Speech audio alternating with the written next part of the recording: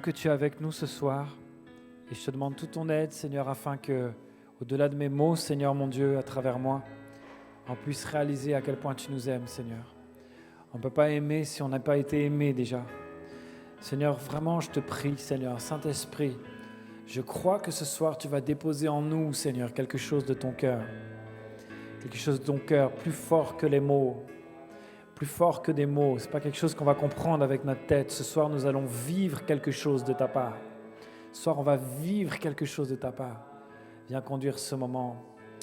Seigneur, utilise mon corps, mon âme, mon esprit pour ta gloire. Au nom de Jésus, Amen.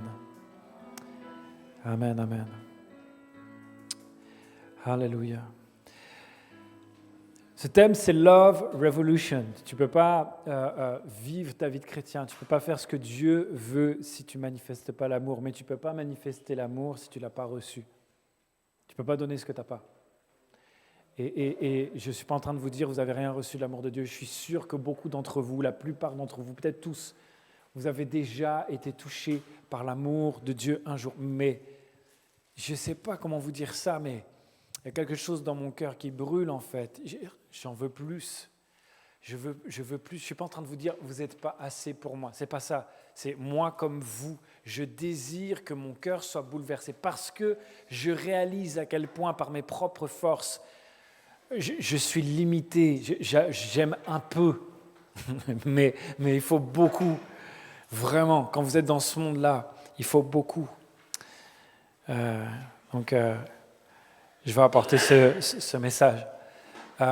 Lève-toi. Lève-toi. Lève-toi. C'est le titre de mon message ce soir. C'est fait exprès. C'est le titre de mon message ce soir. Lève-toi. Je veux que quelqu'un qui était comme allongé dans sa vie, je ne sais pas si tu vois ce que je veux dire, ta vie est là, Dieu a mis à l'intérieur des choses, mais tu ne marches pas dedans. Tu es allongé, tu es comme mort à l'intérieur, tu es comme paralysé à l'intérieur. Je veux que tu rentres dedans. Ce soir, Dieu veut que tu rentres dedans.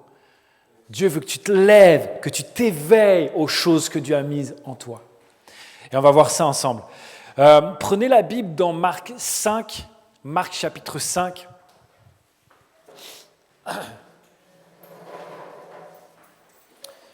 Marc chapitre 5.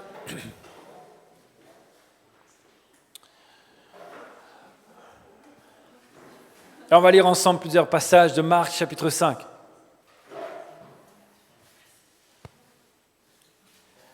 Ok, très bien. Tout le monde est prêt, c'est top. Oh Seigneur, merci beaucoup. Merci pour ce message. Ok, alors, regardez. J'ai eu l'occasion d'aller en Israël. Et en Israël, au nord du pays, il y a ce qu'on appelle la mer de Galilée. C'est là où il y a beaucoup d'aventures qui se passent dans l'évangile entre Jésus et les disciples, parce que Jésus a fait une grande partie de son ministère à cet endroit-là. C'est aussi tout simplement parce que plusieurs des disciples y venaient de là. Puis c'est une région assez peuplée. Il faut savoir qu'en Israël, il y a beaucoup de collines, d'endroits de désert, mais autour de la mer de Galilée, comme il y a la mer, en fait, il y a de la vie. C'est facile pour les cultures, c'est facile pour les poissons, pour toute l'alimentation, tout ça. Donc, Jésus commence son ministère là-bas et il va faire une série de prédications exceptionnelles que l'on appelle le sermon sur la montagne. En fait, ce n'est pas vraiment sur une montagne, c'est sur les bords de la mer de Galilée. Vous imaginez, c'est un peu comme s'il y a un endroit avec plein de montagnes et il y a un creux et ça c'est la mer. Donc tout autour de la mer de Galilée, ce sont des collines. C'est comme ça, je suis allé dedans, il faut y aller avec des chaussures de marche, c'est comme ça. Et donc, il est sur les bords de la mer de Galilée et à chaque fois, il enseigne. Il donne des enseignements prodigieux. Cette compilation de messages est jugée même par les gens qui ne sont pas chrétiens comme un des plus grands discours de l'humanité. Donc, Jésus est en train de faire le discours sur la montagne et les gens le suivent partout où il va. Pas seulement parce qu'il parle bien, parce qu'avant même de parler, il voit les gens, il est ému de compassion pour eux, il a de l'amour pour eux, Et il survient à leurs besoins. Il voit des malades, il les guérit. Il voit des gens liés, possédés, il les délivre. Il voit des gens qui ne vont pas bien, il les restaure. En fait, Jésus arrive et c'est miracle sur miracle. Et les foules sont prêtes à le suivre. Et les foules l'entendent. À tel point qu'à plusieurs reprises, je ne sais pas si vous avez remarqué, c'est marqué, Jésus et ses disciples, après avoir passé une journée à s'occuper d'une foule, ils ont besoin, comme vous et comme moi, de repos. Donc, ils vont dans un lieu désert. Vous avez remarqué, à plusieurs fois c'est marqué, ils se retirèrent dans un lieu désert. Le problème, c'est le deuxième verset. Ce n'est pas le premier. Le premier, il est bon. Le deuxième verset est mauvais. Ce qui dit, au moment où ils vont dans le lieu désert, la foule les voit et va à l'endroit où ils sont. C'est-à-dire que quand ils arrivent dans le lieu désert, c'est foutu. Il n'est plus désert du tout. Il y a à nouveau une foule, il faut encore s'occuper d'eux. Mais il y a un endroit dans lequel la foule ne peut pas les suivre. C'est sur le lac, sur la mer de Galilée. C'est pour ça que souvent Jésus va se balader en bateau. Plutôt que de faire le tour, il va y aller en bateau. Premièrement, il n'y a pas de montée, il n'y a pas de montagne, c'est tout plat. Deuxièmement, il est tranquille. Ils sont quelques-uns dans la barque. Et Jésus a besoin, pour donner autant à cette foule, il a besoin d'avoir des forces nouvelles. C'est pour ça que souvent, je ne sais pas si vous avez remarqué, qu'est-ce qu'il fait Jésus dans la barque ? Il dort. Moi, je me dis, mais pourquoi il dort dans la barque ? Déjà, avec mon mal de mer, là, c'est tellement compliqué. Jésus, pourquoi tu fais ça ? C'est compliqué. En plus, c'est une mer qui est toute petite. Et j'ai été là-bas, il faisait super beau, super photo et tout. 10 minutes après, il y avait des grosses vagues. Parce que comme c'est une toute petite mer, il suffit qu'il y a des montagnes tout autour, ça tourbillonne le vent et tout, il y a des tempêtes, etc. Ça fait comme une cuvette, c'est vraiment n'importe quoi. Alors à chaque fois qu'ils vont sur cette mer, souvent il y a des problèmes. Mais Jésus, magnifique, reste là mon ami, joli papillon. Jésus, à chaque fois, il va profiter d'être sur l'eau pour se reposer. Et on lit dans Marc 5 au verset 21, 21 à peu près. Jésus regagna en bateau l'autre rive du lac. Donc il s'est requinqué.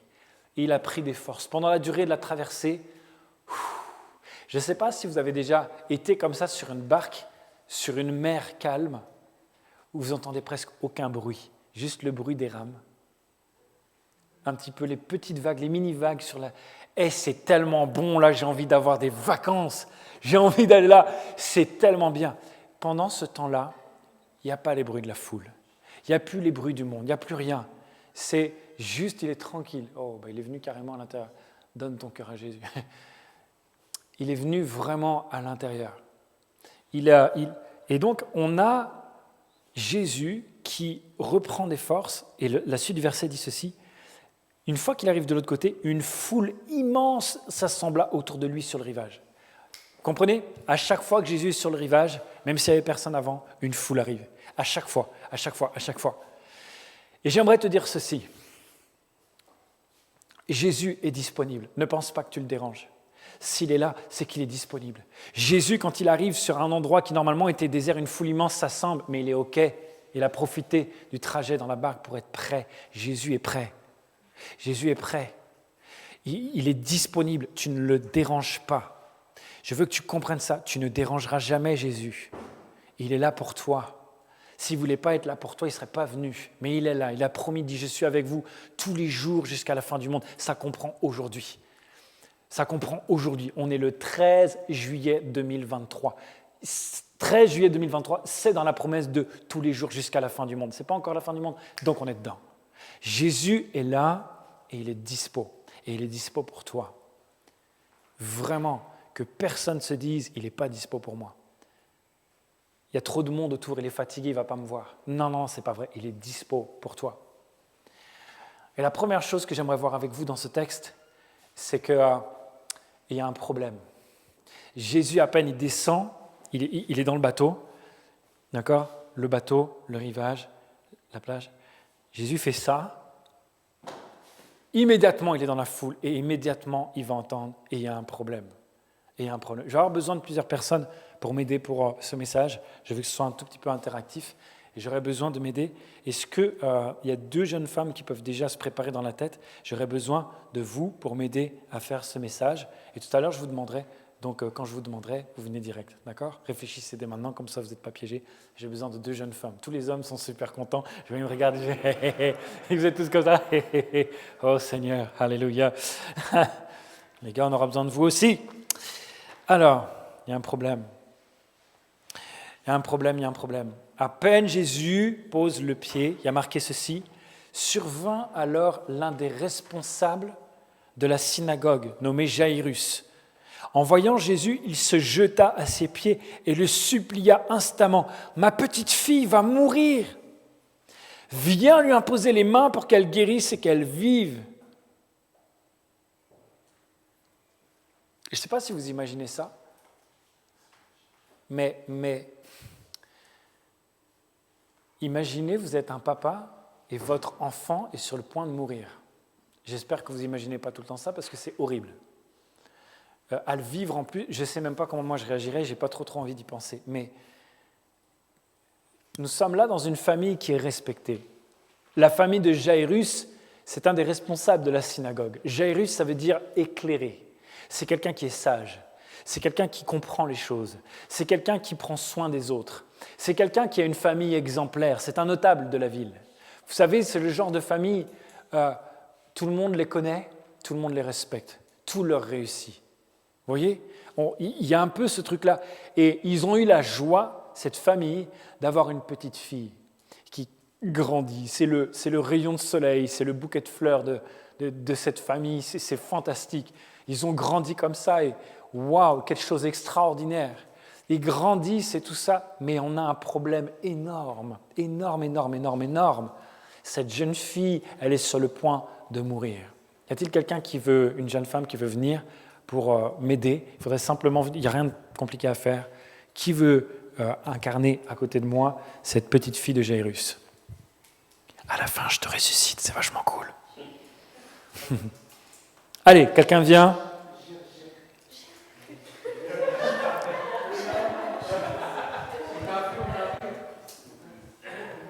Allez.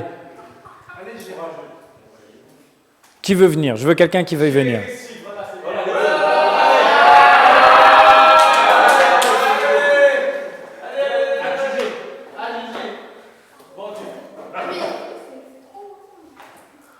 Allez.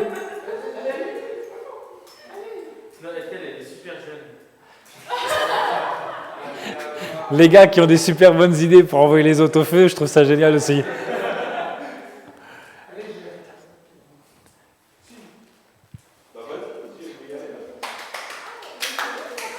Ouais, il faut venir à côté de moi. Yes, super. Merci beaucoup de venir. Est-ce que tu pourrais... Tu te mets ici, s'il te plaît. Debout, simplement. Et tu n'as pas besoin de faire quoi que ce soit, c'est juste tu vas entendre la prédication de ce côté-là. Avance un petit peu, comme ça tu n'as pas le soleil dans l'œil. T'as encore? Super, là tu es bien. Excellent, merci beaucoup. Donc vous imaginez, en fait, cette famille est dans une situation dans laquelle tout s'écroule. Et je ne sais pas comment ça se passe dans ta vie, mais il se peut qu'il y ait un moment donné dans ta vie où, même si toutes les choses allaient bien, tout semblait bien fonctionner, se construire petit à petit, etc. D'un seul coup, une nouvelle arrive et tout s'écroule. Je ne sais pas si c'est une nouvelle de maladie, je ne sais pas si c'est une nouvelle d'un seul coup, un examen qui rate complètement, une faillite d'entreprise, je ne sais pas. Ça peut être tellement de choses, ça peut être simplement à l'intérieur de toi, alors que ça allait bien, d'un seul coup, tu ne captes pas ce qui se passe et il y a une tristesse profonde qui anime ton cœur. Tout allait bien et boum! C'est la fin du monde pour toi. C'est la fin du monde pour toi. Et alors que Jésus, il est en route pour aller voir cette jeune fille, on a un problème, un deuxième problème. Regardez ce qui est écrit. Alors que Jésus partit avec lui, avec une foule nombreuse qui le serrait de tous côtés, dans la foule se trouvait une femme atteinte d'hémorragie depuis 12 ans. Elle avait été soignée par de nombreux médecins et en avait beaucoup souffert. Elle avait dépensé toute sa fortune sans trouver la moindre amélioration. Au contraire, son état avait empiré. J'ai besoin de quelqu'un d'autre.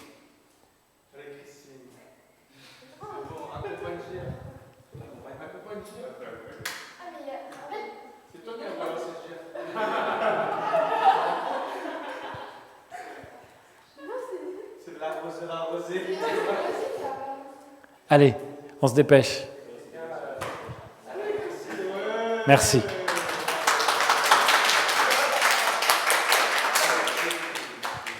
Alors, reste avec moi, s'il te plaît. Imaginez,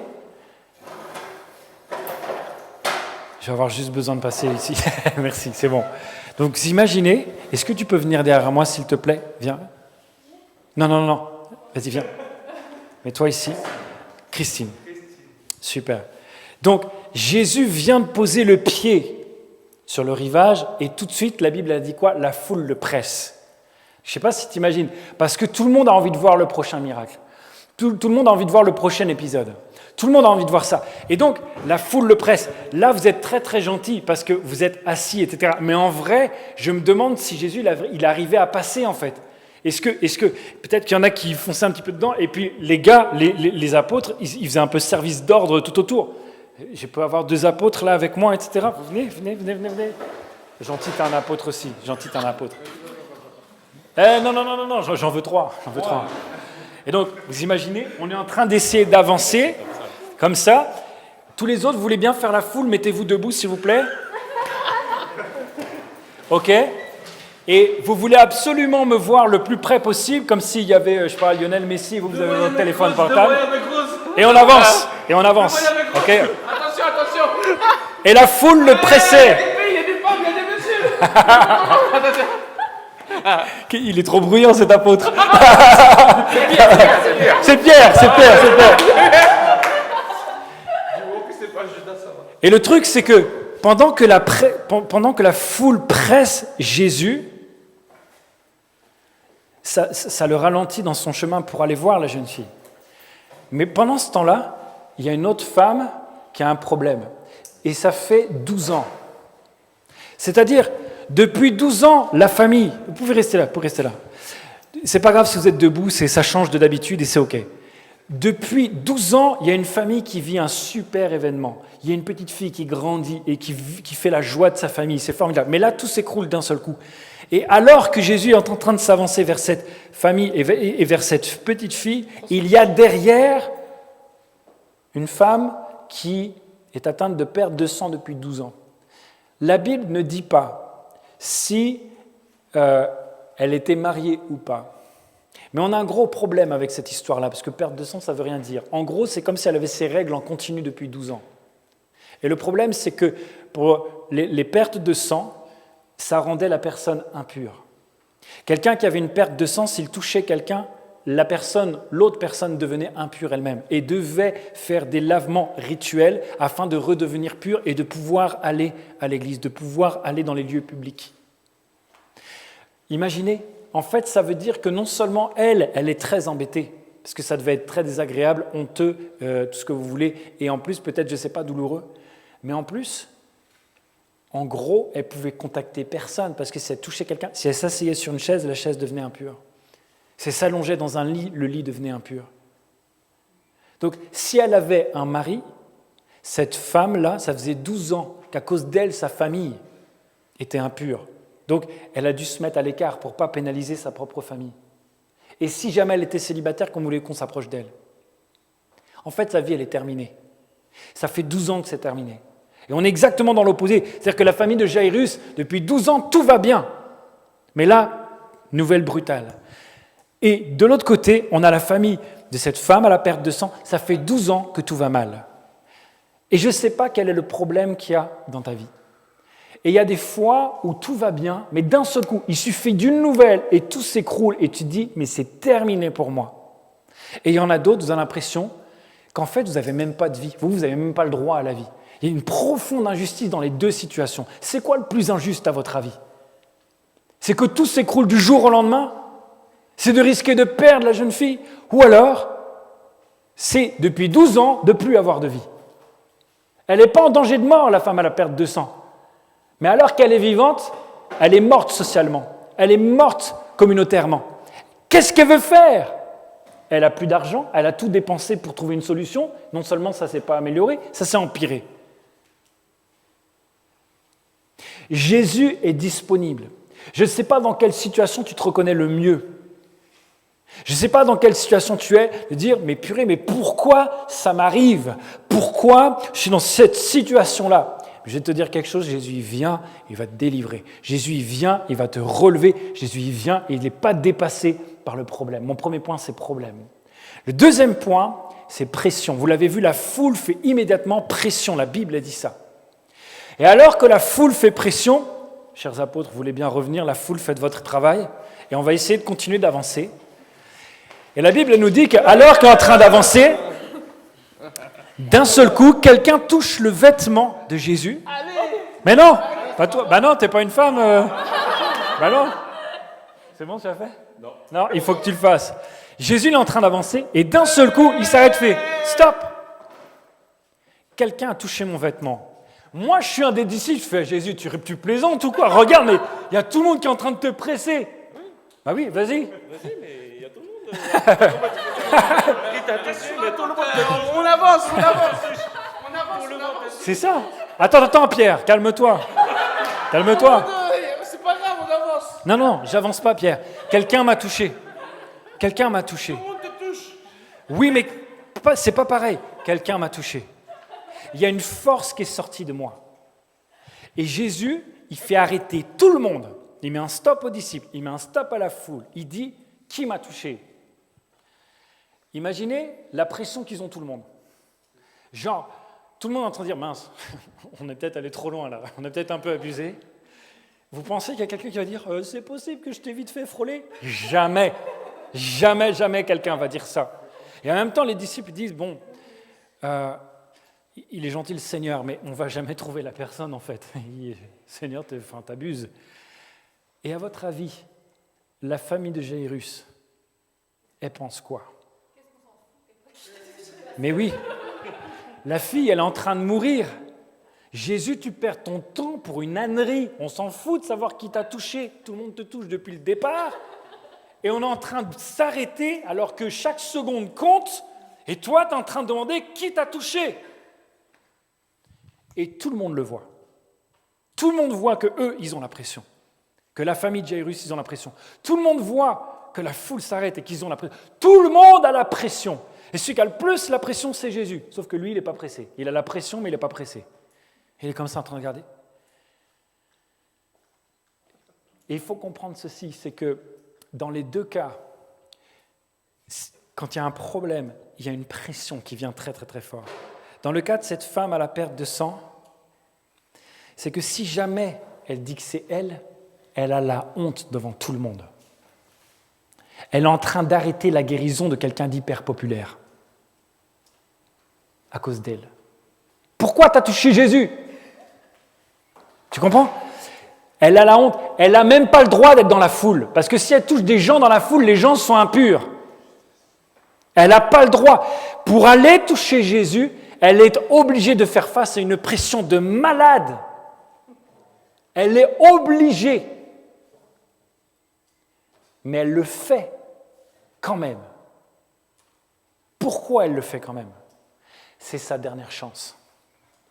C'est sa dernière chance. Et d'un autre côté, la famille de Jairus a la pression de fou parce qu'ils ont une incertitude. À chaque seconde, la mauvaise nouvelle peut arriver. À chaque seconde, ça peut être trop tard. À chaque instant, ça peut être trop tard. Et donc, ils ont une pression de fou également. Et c'est pour ça qu'ils sont allés demander. Malgré la foule, ils ont envoyé une délégation. Pourquoi?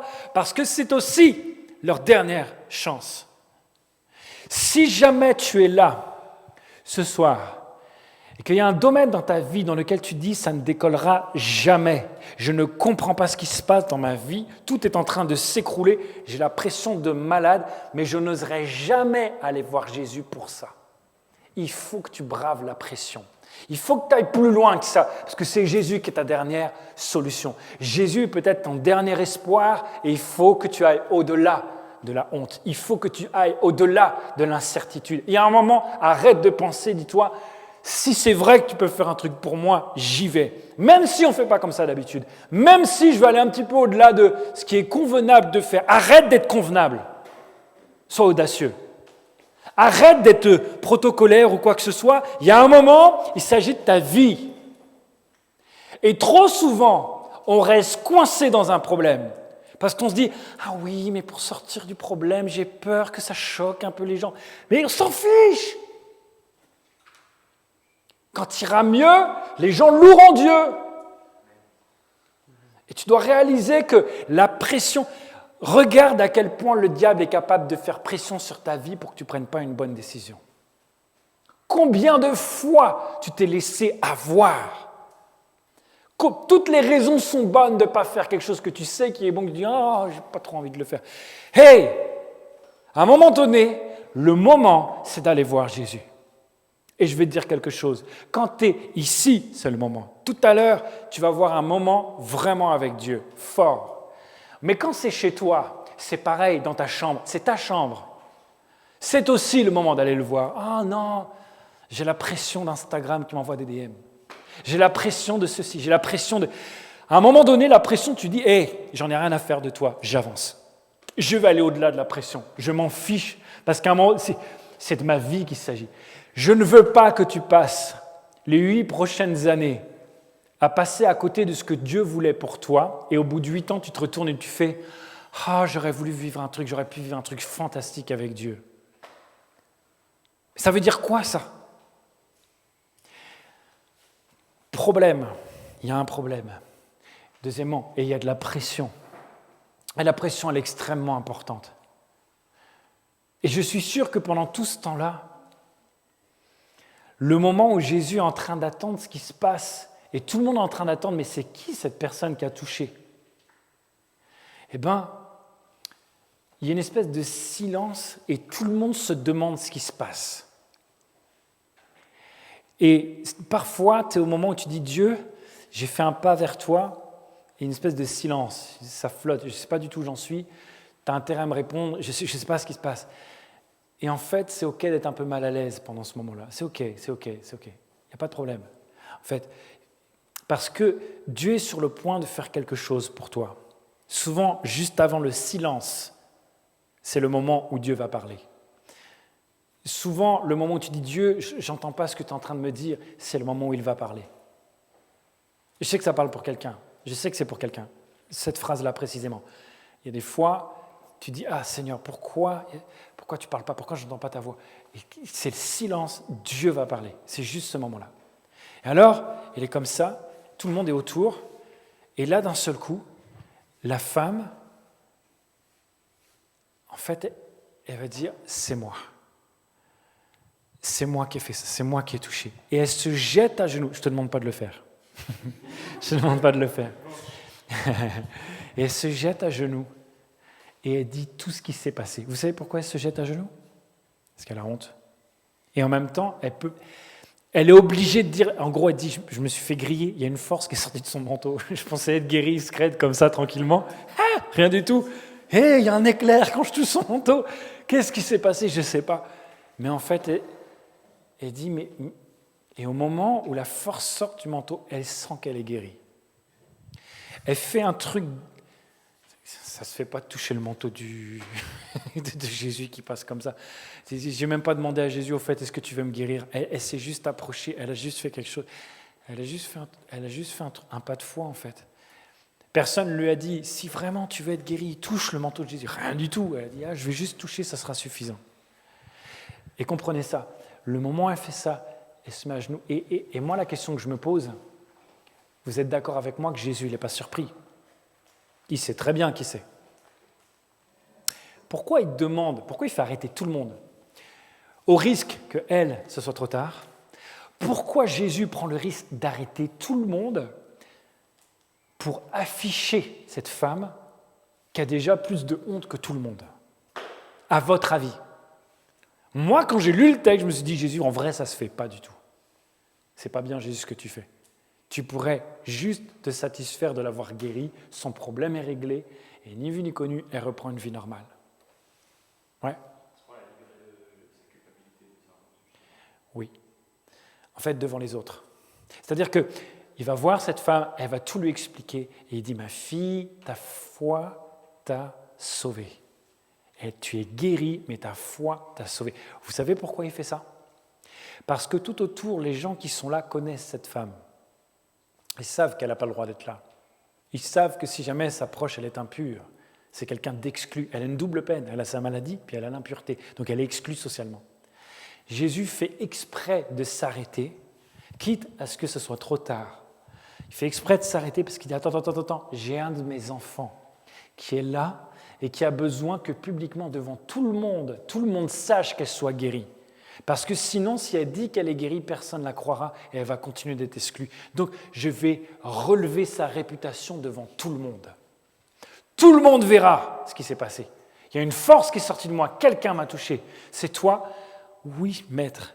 Je me suis approché par derrière parce que j'avais honte. Mais quand j'ai touché ton manteau, j'ai senti que j'étais guéri. Et il dit, ta foi t'a sauvé. Et en fait, Jésus prend le temps. Pour quelqu'un qui n'est considéré par personne dans une foule, Jésus prend le temps, devant tout le monde, de la relever et de lui redonner une dignité. Pour toi qui avances dans la honte, pour toi qui as peur de demander à Dieu de toucher certains domaines dans ta vie où tu es dans la culpabilité, dans la honte, n'aie pas peur de t'approcher de Jésus. N'aie pas peur, c'est une joie lorsque tu laisses Jésus te toucher. Je veux juste dire un truc.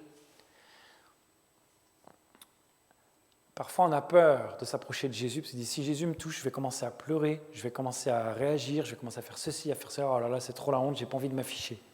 Et il y a des fois, tu ne viens pas à l'appel, il y a des fois, tu ne pries pas, et il y a des fois, tu ne loues pas Dieu de tout ton cœur, et des fois, tu ne frappes pas dans les mains, tu ne vas pas lever les bras, tu ne vas pas danser, tu ne vas pas y aller à fond, parce que tu es beaucoup plus préoccupé de ce que les gens vont dire de toi, que de toi, ce que tu vas dire à Dieu. Et tu te demandes pourquoi. « Ah, je n'ai pas trop senti la présence de Dieu. » Mais non, tu as refusé de rentrer dedans. Ce n'est pas qu'il n'était pas là. C'était beaucoup plus occupé de la présence des autres que de la présence de Dieu. Vous comprenez ceci? Ne laisse pas la honte diriger ta vie. Tu ne peux pas vivre constamment dans une pression des autres. Tu peux pas, ta vie n'est pas destinée à être assujettie à la pression des autres. Tu ne peux pas, en fait. Jésus, il est venu pour la liberté. Jésus est venu pour que tu sois libéré. Oui, c'est vrai du péché. Oui, c'est vrai de la maladie. Oui, c'est vrai de la honte. Oui, c'est vrai du regard des autres. Tu sais qui tu es. Si Jésus est la passion de ta vie, il n'y a pas de problème. En fait, je ne suis pas en train de me dire « Ah ouais, si jamais je fais ça, Joël, il va mal me regarder, etc. » Je m'en fiche, en fait. Il peut me regarder mal comme il veut. Il ne m'a pas sauvé la vie, lui. Qui a dit « ça risque pas » Non, personne, c'est moi. C'est vrai, même si tu es formidable, tu ne vas jamais pouvoir me sauver la vie. Parce que c'est Jésus qui m'a sauvé la vie. Il faut qu'on soit libéré du regard des autres. Il faut que tu sois libéré du regard des autres. Et Jésus fait exprès pour la libérer du regard des autres. Qu'est-ce qu'il fait? Il l'affiche devant tout le monde. Mais non pas pour l'exposer, mais pour la relever, pour lui redonner une dignité. Et en fait, en faisant ça, Jésus te montre à quel point tu as du prix à ses yeux et à quel point il t'aime. Mon premier point, c'était problème. Mon deuxième point, c'était pression. Mon troisième point, c'est percer. Parce qu'au moment où il va percer le silence, la percée va se faire dans son corps et dans son âme et elle va être guérie instantanément. Et à ce moment-là, elle est guérie, c'est un truc de fou. Et derrière, maître, s'il te plaît, ma fille. Tu peux te rasseoir, merci beaucoup, on l'applaudit. Merci beaucoup. Et là, Jésus se retourne au moment où Jésus dit « ta foi t'a sauvé », au moment où il dit « V », ta foi t'a sauvé. Il y a des gens qui arrivent de la maison de Jaïrus et qui disent à la famille de Jaïrus qui était auprès de Jésus « cesse d'importuner, cesse de mettre la pression à Jésus, ta fille est morte. » Moi, je suis dans la famille de Jaïrus, je dis « ben voilà, Jésus, ça fait 12 ans. Limite, tu vas la voir après, tu sais qui c'est. Tu ne prends pas du temps comme ça, tu vas la voir après. Là, c'était une question de secondes. Elle, ça fait 12 ans qu'elle est encore vivante avec ça. Elle n'est pas en danger de mort. Tu peux revenir après. Et Jésus, il avance. Et il dit, non, je viens avec vous. J'ai dit que je venais, je viens. En fait, c'est ça, c'est-à-dire que Jésus continue d'avoir de l'espoir quand toi, tu n'en as plus. Et Jésus va avancer, et il arrive, il faut imaginer que dans la maison de Jairus, c'est un cirque. C'est pas possible. Parce que, notamment dans les maisons des familles riches, quand quelqu'un était décédé, on louait les services de personnes qu'on appelait des pleureuses. C'est des personnes qui étaient là pour mettre l'ambiance. Une ambiance pourrie, mais ils étaient là pour mettre l'ambiance. Et pour montrer à quel point tout le monde était triste, tu avais des gens qui étaient des pleureurs professionnels. Ils étaient payés pour ça, pour se lamenter, pour que la douleur de la famille soit partagée avec un maximum de personnes. Donc Jésus rentre au pire moment. Je veux dire, 7 jours après les pleurs, ils sont un peu plus bas, mais là, ça vient d'arriver. Il arrive, je ne sais même pas s'il arrivait à parler à Pierre, à Jacques, à Jean, etc. Et puis, il ne devait même pas s'entendre. « Venez avec moi !»« Ah, j'entends rien avec le truc !»« De quoi ?»« Ok !» Parce que ça faisait un boucan pas possible. Et Jésus va dire « Ne vous inquiétez pas, elle dort. Je vais aller la réveiller. » Et là, tous ceux qui sont dans la maison, vous savez ce qu'ils font à Jésus ? Ils se moquent. N'importe quoi, si tu étais venu à l'heure. Et si tu es honnête avec toi, combien de fois tu t'es moqué de Jésus parce qu'il t'a dit un truc complètement improbable ? Il dit, Seigneur, si tu avais fait comme je t'avais dit, on n'en serait pas là. Alors tu es bien gentil avec tes paroles à la noix. Je ne sais pas si vous êtes comme ça des fois, si vous osez parler comme ça avec Dieu. Mais en fait, il y a des fois dans notre comportement une attitude où on ne comprend pas et on a vraiment de la douleur et ça se transforme en colère. Et même en amertume et en moquerie. Et Jésus, vous savez ce qu'il fait à ce moment-là ? Il vire tout le monde. Partez. Je veux juste les 2 parents. Les disciples, vous partez, vous raccompagnez la foule, etc. Je veux juste Pierre, Jacques et Jean. Et ils vont aller dans la chambre. Et là, ils voient la jeune fille qui est allongée sur le lit. Et je me suis posé la question, Jésus, tu as l'occasion de faire un buzz, mais incroyable. Tu vas ressusciter une jeune fille. Les gens sont venus pour t'entendre parler, et ce qui donne du crédit à tes paroles, ce qui va les aider à croire dans ton message, Jésus, c'est le fait que tu fais des miracles avant. Ils sont venus juste pour les miracles. Là, le plus balèze, résurrection. Quelqu'un connaît plus fort qu'une résurrection ? Moi, je trouve que c'est le top. Même la téléportation, c'est un peu en dessous. On est vraiment dans le summum, le boss final de tous les miracles. Vous voyez ? Niveau max. Et Jésus va faire une résurrection, et le gars, il n'en profite même pas. Il dit, dégagez tous. Je veux être seul avec les parents. En plus, il vient de dire, elle dormait. Donc limite, s'il la ressuscite, il a même mis un doute si c'est un vrai miracle. Est-ce que vous savez pourquoi ?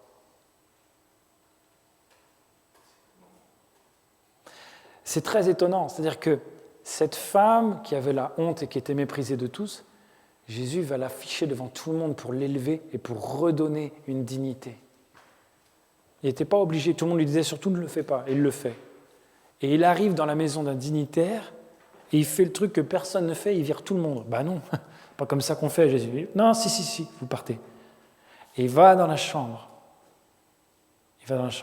Parce que là, c'est un moment où papa Jairus et maman Jairus, ils ont besoin d'avoir un moment seul avec leur fille. Parce que la fille de Jairus, tout le monde est au courant dans la ville. Tout le monde sait, c'est la nouvelle. C'est le truc, tout le monde en parle. Tout le monde connaît cette famille. Et il y a un moment où tu t'appartiens même plus. Et Jésus est tellement plein d'amour que là, le but n'est pas de redorer le blason d'une famille. Le blason de la famille Jairus, il est déjà au max. Mais par contre, est-ce que dans leur famille, il y a encore ce lien ? Et Jésus vire tout le monde. Il va arriver, il va dire, jeune fille, Talita Kumi, c'est dire, lève-toi. Et au moment même, elle se lève. C'est ça très bien. Elle se lève, merci beaucoup. Et Jésus va la ressusciter. Merci beaucoup.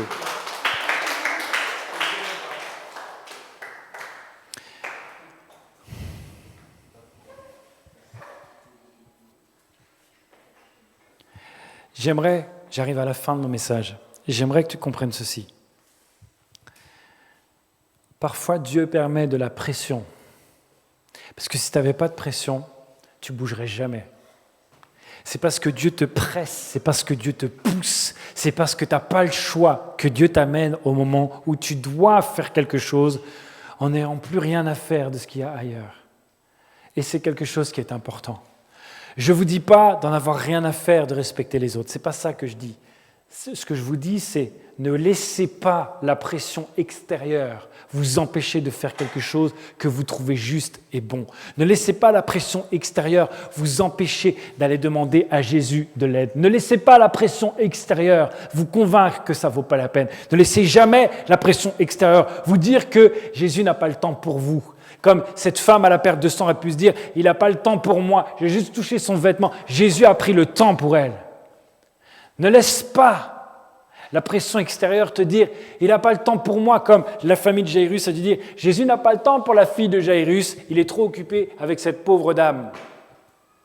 Mais en fait, ne laisse pas la pression te faire croire ces mensonges-là parce que Jésus, il est disponible pour toi. Et non seulement il est disponible pour toi, mais au moment où il va dire « lève-toi » à la fille de Jairus, au moment où il va dire « relève-toi et va, mets-toi en marche » à la femme qui s'était jetée à ses pieds pour lui expliquer la situation. En fait, il est en train de le dire « ta vie était arrêtée jusqu'à présent. Ta vie, elle était en stand-by, elle était en pause, elle était comme morte. Il y a de la vie dedans, le cœur y bat, mais c'est fini. » Et il est en train de dire maintenant « lève-toi, rentre dans ce que j'ai préparé pour toi. » Rentre dans ce que j'ai préparé pour toi. J'ai déposé des choses dans ton cœur. Ça fait trop longtemps que tu les négliges. Ça fait trop longtemps que tu passes à côté. Ça fait trop longtemps qu'il y a telle ou telle situation qui font que tu ne rentres pas dedans.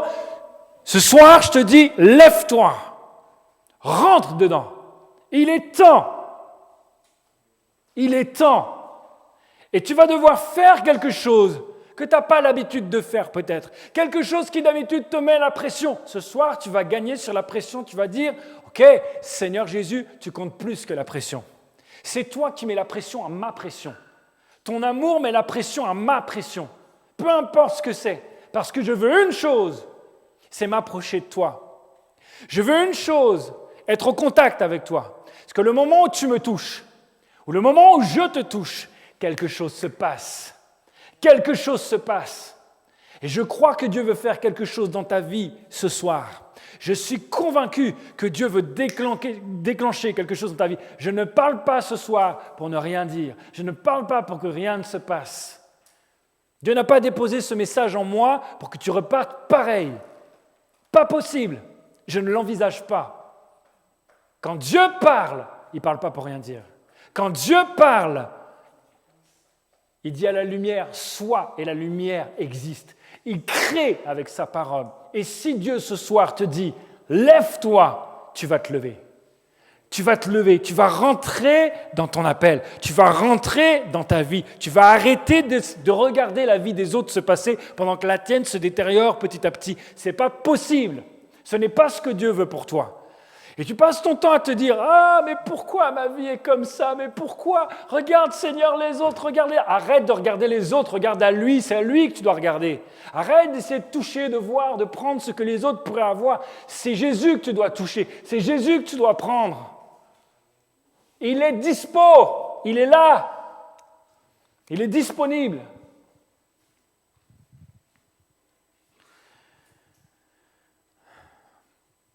J'aimerais demander peut-être juste au piano à revenir.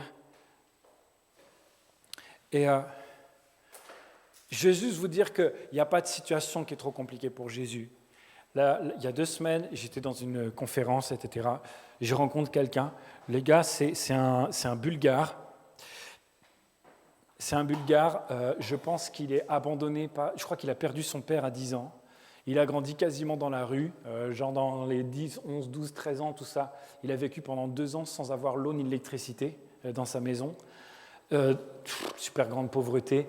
Et évidemment, dès l'âge de 13-14 ans, il a commencé à travailler, etc. Enfin, vraiment... Puis Bulgarie, c'est-à-dire que lui, quand il a cet âge-là, c'est le moment où c'est très, très, très dévasté dans cette partie-là de l'Europe. Et donc, très compliqué et tout ça. Il vit des trucs pas évidents et tout ça. Et puis, en fait, il va rencontrer Jésus. Il a, je pense, 15-16 ans, un truc comme ça. Ouais, max, 15-16 ans. Et puis sur le chemin du travail, tout le temps, il y a un gars qui est là. Un gars qui est complètement comme ça et qui ne bouge pas en fait, qui a du mal à marcher, qui est complètement coincé. Et en fait, il le voit tous les matins et tout ça. Puis ce matin-là, il fait « Hey !» Je ne sais plus comment il s'appelle. Je dis un prénom au pif, je crois que c'est Simon. Allez. Il fait « Hey Simon, ça va ?» Et il tape sur l'épaule, comme ça. Il fait « Ouais, passe une bonne journée !» Il avance comme ça, et là, il entend quelqu'un qui l'appelle. « Maxime !» Il se retourne, il ne comprend pas, il voit personne qui s'approche. Et en fait, il ne capte pas. Le gars qui ne pouvait pas marcher est en train de s'avancer vers lui en marchant normalement. C'est-à-dire que lui, c'était juste un petit gars, il a fait « Hey !» Et au moment où il a fait ça, où il a touché, Jésus en lui a guéri le gars. Et lui, il n'a même pas prié, ce petit gars, Maxime. Il n'a même pas prié pour le gars.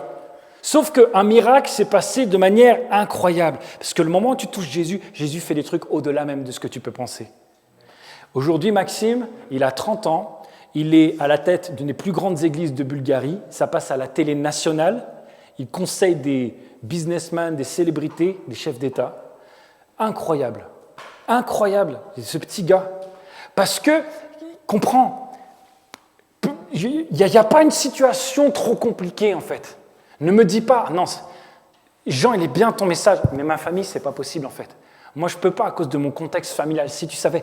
Et je veux bien te croire que ton contexte familial, il est compliqué, plus que ce que je ne l'imagine. Mais en fait, ce qu'il faut que tu comprennes, c'est que Jésus est plus balèze que ta situation familiale est compliquée, plus que tu l'imagines, en fait. C'est qu'il n'y a rien qui va l'arrêter. Il t'aime trop pour qu'il soit arrêté par une chose. Et même quand tu dis « Ah, il est arrivé trop tard », non, il n'est pas arrivé trop tard, il est capable de ressusciter ce qui était mort. Ce que tu dis mort, si Dieu ne l'a pas dit mort, ce n'est pas mort, ça dort. Je sais que je parle pour quelqu'un, ça c'est pour quelqu'un. Il y a des choses, des personnes, vous allez devoir confesser que certaines choses qui semblent mortes dans votre vie ne le sont pas. Ça dort seulement. Parce que Dieu n'a pas dit « c'est fini ». Il n'a pas dit le dernier mot. Il n'a pas dit le dernier mot avec toi. Il faut que tu réalises ceci. La semaine encore avant, un petit jeune qui vient à l'appel, etc. Petite église, je sais, une vingtaine, moins que ce soir. Petite église, etc. Et puis, petit qui vient, parce qu'il a une scoliose tellement forte qu'il a vraiment des problèmes, etc. Il a tout un truc médical et tout, il faut des opérations. C'est un truc de fou, il est complètement tordu, etc. Et puis le pasteur, il arrive, il dit « Bon, on va te prier, en fait, on va demander à Jésus, est-ce que quelqu'un a envie ?» Et du coup, la maman, elle vient avec le petit, et puis elle n'ose même pas dire, en fait, parce que elle dit si le petit met son espoir et que ça ne marche pas, ça va détruire sa foi, ce petit bonhomme. Et puis le pasteur, il dit « Ok, on va prier. » Et puis toute l'église commence à prier. Pendant qu'ils sont en train de prier, le petit, il sent un truc, il dit « Mais qu'est-ce qui se passe ?» Et en fait, alors qu'ils sont en train de prier, sa colonne commence à se redresser. Il dit, c'est dingue, j'ai senti un truc. Il dit, ah ouais ? Il dit, t'es comment ? Il dit, ça va beaucoup mieux. Il dit, on va continuer. Toute l'église se lève, commence à prier sur le petit, son dos droit. Il y a 2 semaines, à Choisy-le-Roi, à côté de Choisy-le-Roi. C'est à côté de chez vous que ça se passe. Parce que Jésus, il est puissant. Jésus est capable d'agir, même sur des trucs qu'on ne penserait pas. Jésus est capable de transformer complètement n'importe quelle situation. Et je veux que tu réalises qu'il est là. Tu ne le vois pas, mais il est là. Il est ici. Et peut-être tu te dis, il est pressé par la foule de tous les besoins des autres. Eh bien, il s'en fiche complètement. Parce que si toi, tu as besoin, il est capable de s'arrêter. Si toi, tu veux toucher son vêtement, une puissance va sortir et va te toucher. Tu vois ce que je veux dire ? Tu ne peux pas passer à côté de ce moment. Tu ne peux pas passer à côté de ce moment. Yes.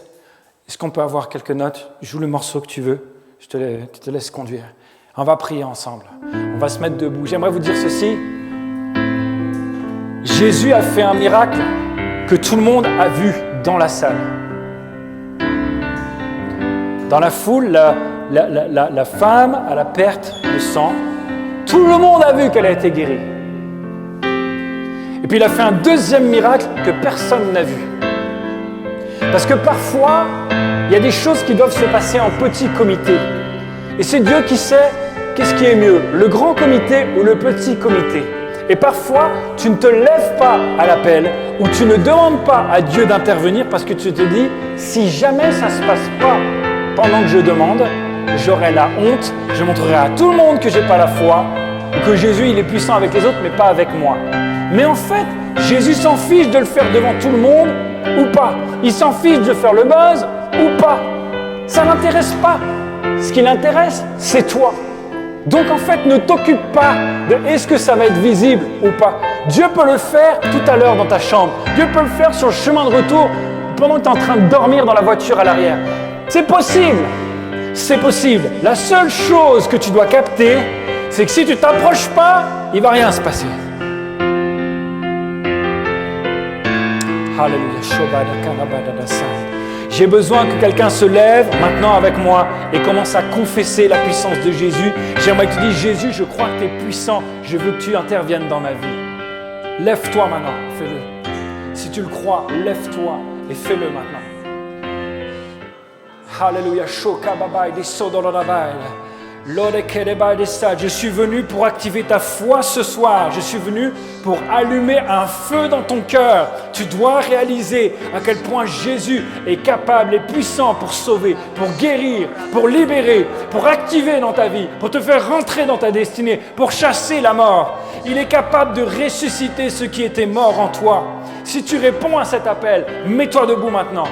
Mets-toi debout maintenant. Commence à dire, Jésus, je crois, je confesse, je déclare de ma bouche que ta puissance est réelle et qu'elle agit en moi maintenant. Je te confie tel domaine. Viens agir maintenant. Je suis en train de toucher le bord de ton vêtement et je réalise que tu agis en moi. Je réalise que tu agis en moi.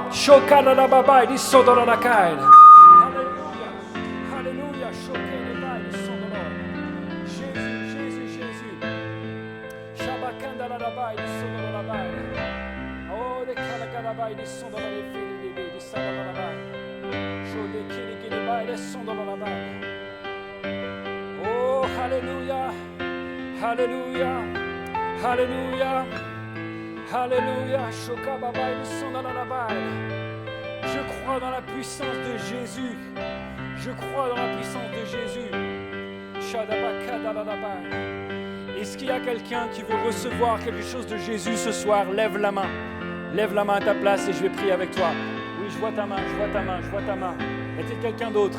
Est-ce que quelqu'un veut juste tendre la main comme si c'est pour toucher le vêtement de Jésus? Oui, je vois ta main. Oui, je vois ta main, je vois ta main. Y a-t-il encore quelqu'un? Y a-t-il encore quelqu'un? C'est pas une histoire de honte. Ne t'occupe pas du regard des autres. Il y a quelque chose que tu dois faire ce soir. Et ça te demande peu. Ça ne te demande pas grand-chose. C'est énorme pour toi, mais c'est pas tant que ça. Par contre, ce que ça va changer dans ta vie est extraordinaire. Descend dans la balle. Seigneur Jésus, je confesse que tu es Dieu. Et je confesse ta puissance. Et je confesse qu'elle est plus grande que la mort. Je confesse qu'elle est plus grande que les obstacles. Je confesse que ta puissance est plus grande que la maladie. Je confesse que ta puissance est plus grande que les autorités. Je confesse que la puissance de Jésus est plus grande que le doute et que l'incrédulité. Je confesse que ta puissance est plus grande que le temps qui passe et plus grande que le trop tard. Seigneur, tu n'es jamais en retard. Ce soir, c'est le rendez-vous pour quelqu'un. Seigneur, je prie parce que tu es venu ce soir pour briser la honte. Tu es venu ce soir pour briser la culpabilité, le pouvoir de la mort. Et Seigneur, en ton nom, Seigneur, je prie ce soir que chaque personne qui a levé la main, qui a fait un pas de foi vers toi pour toucher ton vêtement, maintenant soit guéri, maintenant soit libéré, maintenant soit sauvé, maintenant expérimente une touche de ta part. Seigneur, la puissance de Dieu est libérée. J'ordonne et je commande maintenant dans ta vie une libération de la puissance de Jésus. Y a-t-il quelqu'un pour prier en langue? Y a-t-il quelqu'un pour élever le nom de Jésus? Y a-t-il quelqu'un qui va glorifier le nom de Jésus? Shakababa, dis combien il est grand. Jésus, je te veux dans ma vie. Jésus, je veux plus de toi. Jésus, j'ai soif de toi. Je veux que tu agisses. Je ne veux pas rester sur le côté. Je veux me lever. Je veux rentrer, Seigneur, dans ce que tu veux pour moi. La la kababa et descend dans la baille. Oh, shakadababa et descend. Jésus, Jésus. La la kababa et descend dans la baille. Du chaud des cailles. Oh, de ganabaille. Alléluia. Alléluia. Alléluia. Shabakadababa et descend. La la fin de la baille. Jésus, tu es merveilleux. Je veux chanter ta grandeur. Je veux chanter tes merveilles. Merci pour ta présence, Seigneur, dans ce lieu. Tu fais des miracles maintenant. Tu agis, Seigneur. Parce que tu le dis, Seigneur. Parce que tu es là, Jésus. Oh, baba, il descend dans la balle. Shokada baba, il sort. Alléluia. J'aimerais faire quelque chose de tout simple. Dans cette histoire, une femme a été guérie au vu et au su de tout le monde. Une autre a été ressuscitée dans le secret. Peut-être que certains vont vivre quelque chose de merveilleux dans le secret. Et je m'attends vraiment à ce que Dieu le fasse. Mais il est possible que Dieu ait fait quelque chose là maintenant. Au su et au vu de tout le monde. Et c'est important pour Dieu qu'il le fasse là. Alors, est-ce qu'il y a quelqu'un, ce ne sera peut-être pas tout le monde, mais qui veut témoigner parce qu'il a senti la puissance de Dieu le traverser, il a senti la puissance de Dieu faire quelque chose dans son corps, dans son âme, dans son esprit. Tu es en train de vivre quelque chose, tu sens vraiment que Dieu t'a touché. Est-ce que tu veux le témoigner? Est-ce que juste tu veux le dire simplement? Est-ce que quelqu'un a quelque chose à témoigner? Ça ne serait pas tout le monde. Mais si Dieu a fait quelque chose, simplement. La dernière fois quand j'ai demandé ça, il y a une personne qui avait des problèmes de dos réglés instantanément. Il y a une personne qui était dans une tristesse depuis des mois. C'est parti instantanément. Parce qu'en fait, Jésus, il agit vraiment. Y a-t-il quelqu'un qui a senti quelque chose de la part de Dieu, comme une force qui quitte le manteau de Jésus et qui traverse ta vie? Shabai de Karabai de Sandoran. Shabai de Karabai. Écoute, si à la fin tu sens que vraiment Dieu t'a visité, n'hésite pas à venir me voir à la fin et viens me le dire, s'il te plaît. Alléluia. Souffle maintenant, tu viens régner en moi. T'es un ouragan, réveille mon âme, tu viens régner en moi.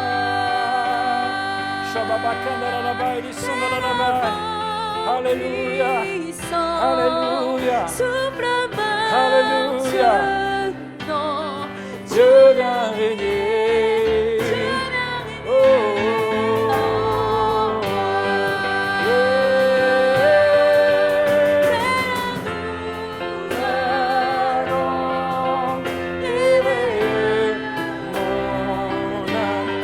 Dieu vient régner.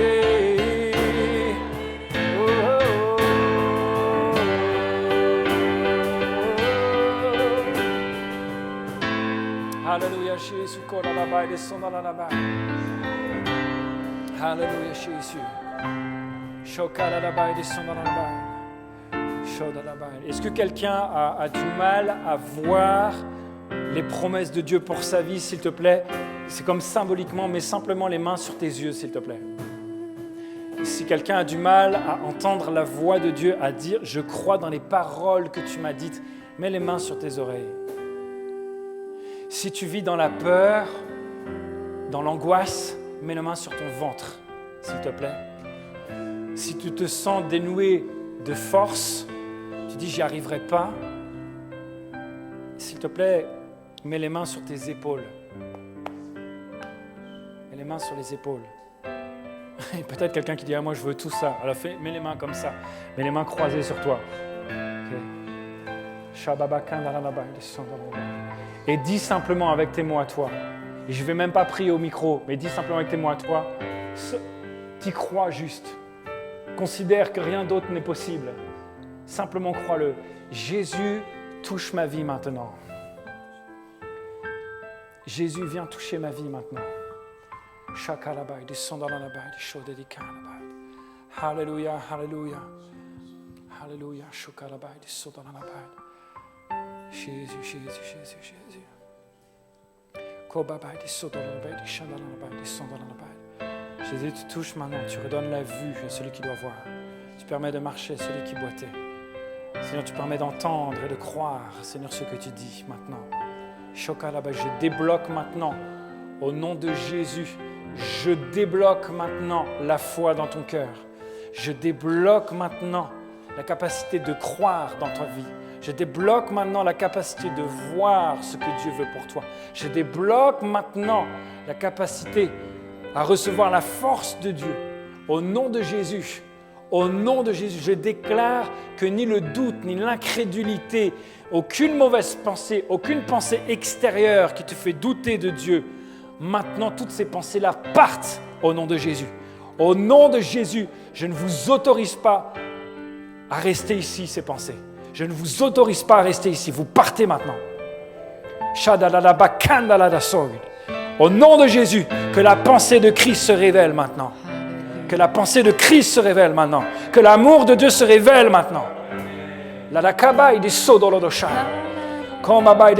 nouveau, que quelqu'un lève la voix. Quand tu parles en langue, tu élèves le nom de Dieu et tu t'édifies toi-même. Fais monter vers ton Dieu des prières et des louanges. Fais monter vers ton roi. Kalababa et des sons dans la baba et des chokalaga. Parle à mon cœur. Parle à mon cœur. Nous avons soif de toi, Seigneur. Et même si la foule nous presse, tu nous vois. Tu as du temps pour nous. Tu nous écoutes. Tu prends le temps, Seigneur. Et tu donnes ce qu'on a besoin. Parle à mon cœur. Je veux t'entendre. Oui, je crois en ta parole. Je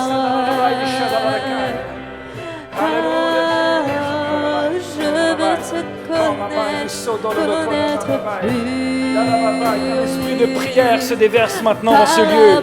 Qu'un esprit de prière, qu'une soif de toi. Nous avons soif de toi, Seigneur. Dis Jésus, on ne veut pas que tu passes devant nous sans nous toucher. Hors de question. Seigneur, c'est le moment, Seigneur. C'est maintenant. C'est le rendez-vous. C'était là. Shokababai, des sondolabai. Oh, Shababa Kandalabai, des sondolo de Bédishai. Kanababai, des sondolo de Faida, de Bédishai. Yarababai, du Shadabai, des Kanababai, du Shodali, des Kindi Sandalabai. Oh, Kanababai, du Shokori, des Sandalabai, des Shodali, des Kindi. Kanababai, du sondolo de Bédishai, Kanababai. Kodababai, du Shadabai. Parle à mon cœur. Par ta grâce, viens inonder mon âme. Parle à mon cœur. Parle à mon cœur. Mes bras ouverts, tu entends ma prière. Parle à mon cœur. Parle à mon cœur. Je m'abandonne. Je m'abandonne. Je veux te connaître.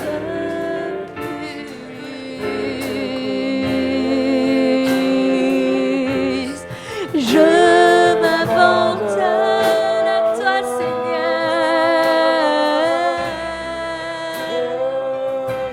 Je veux te connaître plus. Je veux te connaître. Viens parler à nos cœurs. Viens parler à nos cœurs.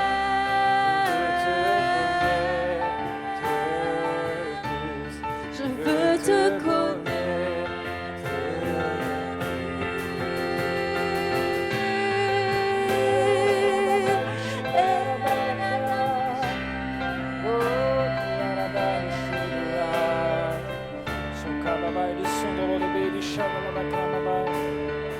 La kelebeli sondolebeli fangalaba. Kulebeli sorababa di shukalagaba. La rabai sondolaba di shukolebeliba. Kagelebeli sandalaba. Kalababa di shodali kelebe sandalaba. Kiwi dans le maintenant. La rabai di shukolebeli sandalaba. Jésus, hallelujah. Hallelujah, Jésus.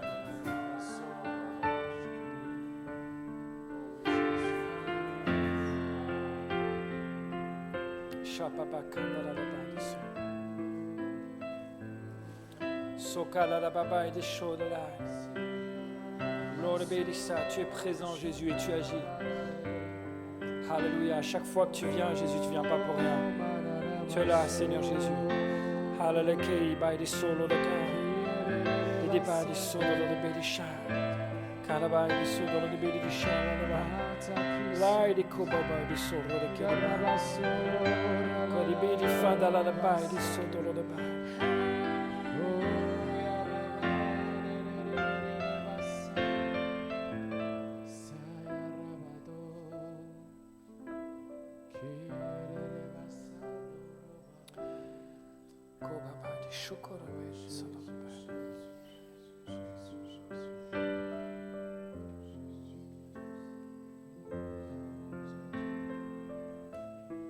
Papa de chocolat que les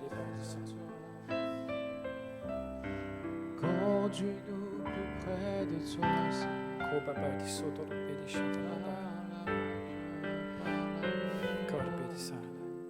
je ressens comme les soupirs d'un cœur qui n'en peut plus, t'en peux plus. Tu t'efforces de faire bonne figure, mais à l'intérieur de toi, c'est la guerre. Oh, c'est la guerre. C'est la guerre, tu t'es déjà pris des balles. Et tu es blessé, tu es en train de te vider de ton sang. C'est chaud, c'est vraiment chaud. Tu fais bonne figure, mais il te reste plus beaucoup. Il te reste plus beaucoup. T'es passé pas loin de la mort. Vraiment, t'es passé pas loin de la mort. Je sais que c'est une phrase pour quelqu'un. T'es passé pas loin de la mort. Shabbat de Kanaba. Jésus veut juste te relever. Il veut te dire, lève-toi. C'est pas fini. Lève-toi. Lève-toi, lève-toi. Je veux que tu avances. C'est pas fini pour toi. Je veux que tu vives. Je veux que tu vives. Alléluia. Est-ce qu'il y a quelqu'un qui réalise que c'est pour lui, cette parole? Je veux prier avec.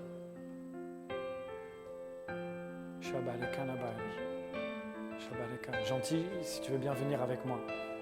C'est la personne qui a reçu, pour qui cette parole est. J'ai l'impression que c'est dans le domaine vraiment affectif. C'est la guerre, t'es détruit, t'es détruite. C'est un truc de fou. Et ça t'a tellement bousillé que t'es passé pas loin de la mort. S'il te plaît, est-ce que tu veux bien qu'on prie pour toi? Est-ce que tu veux bien qu'on prie pour toi? On a les yeux fermés. On a les yeux fermés.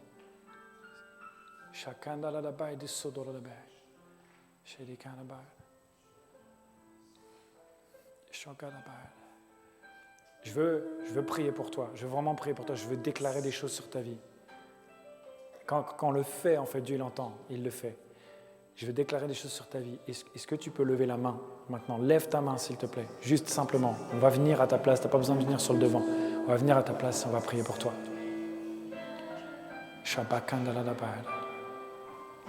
Alléluia, Jésus. Jésus, tu veux sauver. Tu es venu pour sauver. Accepte pas que tes enfants soient terrés dans la peur.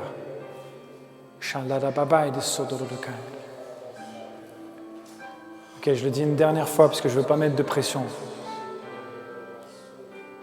Est-ce que cette parole, c'est toi?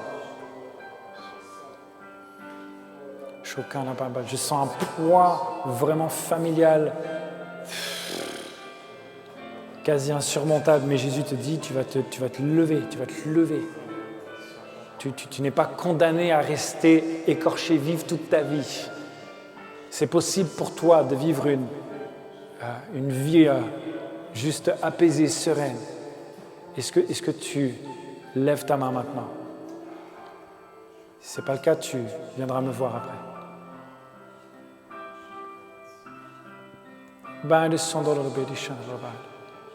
Non, je vais prier maintenant, c'est maintenant que ça se joue. Le combat, il est maintenant. Je vais prier maintenant. Qui que tu sois dans ce lieu, alors que cette parole, elle est pour toi, je déclare que rien de ce qui a été déclaré de la part de ta famille, venant de ta famille ou quoi que ce soit, de la part des hommes ou du monde spirituel mauvais, rien de ce qui a été déclaré ne tient sur ta vie maintenant. Je te libère maintenant au nom de Jésus. Je brise tout lien qui te tenait maintenant au nom de Jésus.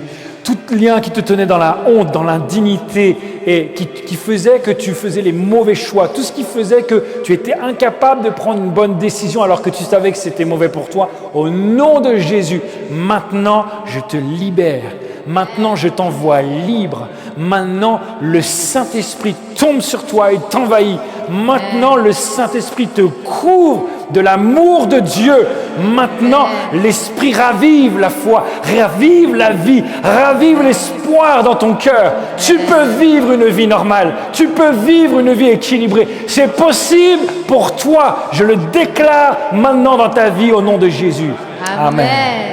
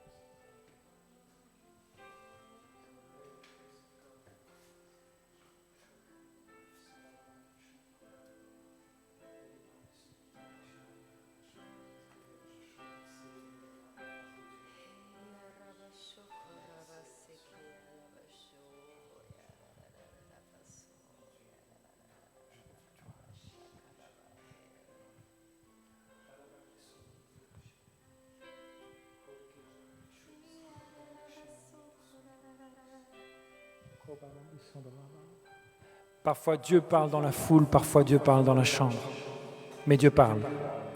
Parfois Jésus agit dans la foule, parfois il agit dans la chambre, mais Jésus agit. Parfois Jésus agit alors qu'il est encore temps, parfois Jésus agit alors qu'il n'est plus le temps, mais il agit quand même. Saisis-toi de cette bénédiction, prends le manteau, prends-le. En fait, je ne suis pas en train de dire des paroles faciles. Je suis en train de le dire pour toi. Je suis en train de susciter la foi dans ton cœur. Et si tu le saisis, cette parole est pour toi. Je suis juste un outil de Dieu pour que toi, tu puisses saisir quelque chose que Dieu veut vraiment te donner. C'est tout.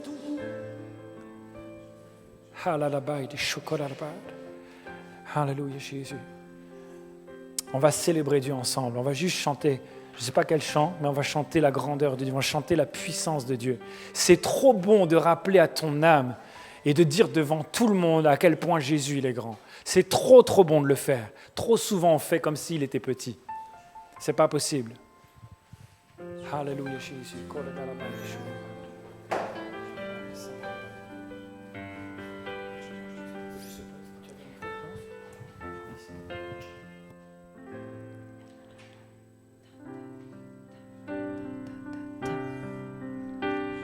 Et vie et amour, tu brilles dans les ténèbres, tu restaures, donnes espoir à tous les cœurs brisés.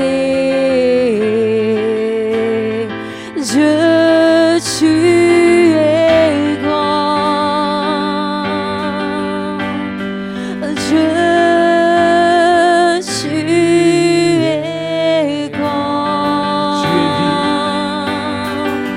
tu es vie et amour, tu brilles dans les ténèbres, tu restaures, donne espoir à tous les cœurs brisés.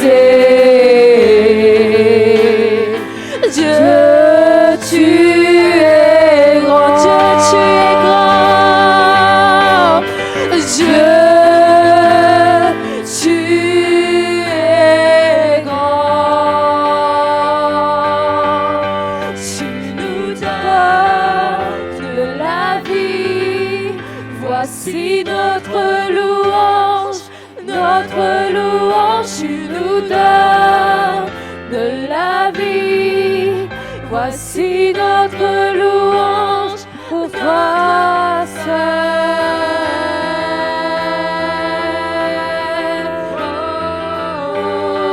Oui, pour toi seul.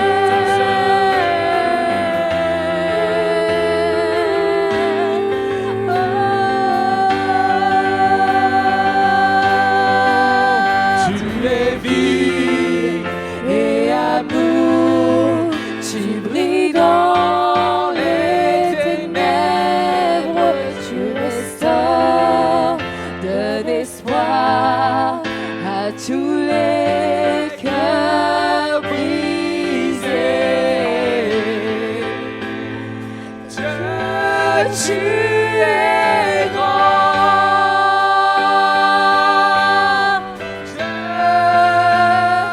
tu es grand. Tu nous donnes de la vie. Voici notre louange, tu nous donnes de la vie. Voici notre louange,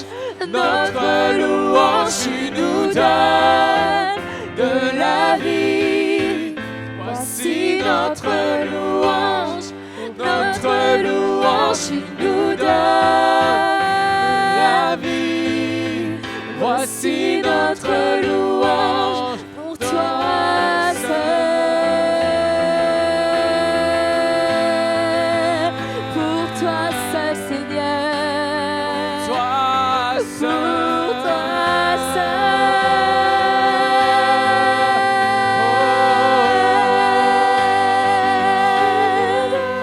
Pour toi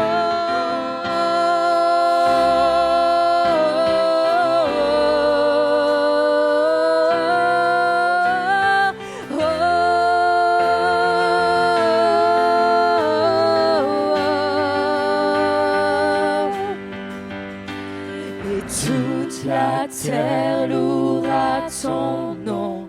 Nos cœurs s'écrient, tous chanteront. Dieu, tu es grand. Et chantons ensemble. Et toute la terre louera son nom. Nos cœurs s'écrient, tous chanteront. Dieu, tu es grand. Et toute la terre louera son nom. Nos cœurs s'écrient, tous chanteront. Dieu, tu es grand. Et toute la terre louera son nom. Nos cœurs s'écrient, tous chanteront. Dieu, tu es grand. Tu nous donnes de la vie. Voici notre louange, nous donne de la vie. Voici notre louange pour toi seul. Tu nous donnes de la vie. Voici notre louange, tu nous donnes de la vie. Voici notre louange pour toi seul.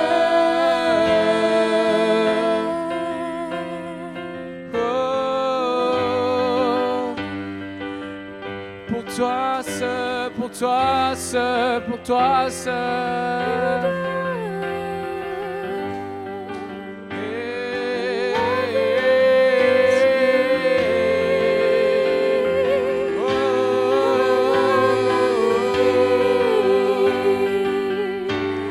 Nous élevons nos cœurs.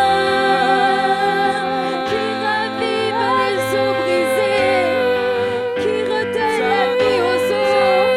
Viens, Seigneur Dieu de résurrection, Dieu de joie, Dieu de paix.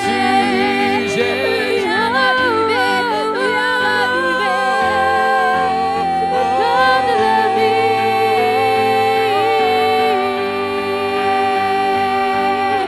Tel un vent puissant, souffle maintenant. Dieu vient régner, Dieu vient régner en moi. Tel un ouragan,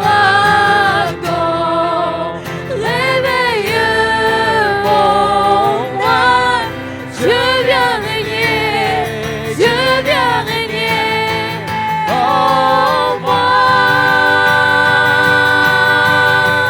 Tel un vent puissant, souffle maintenant dans nos cœurs. Dieu vient régner.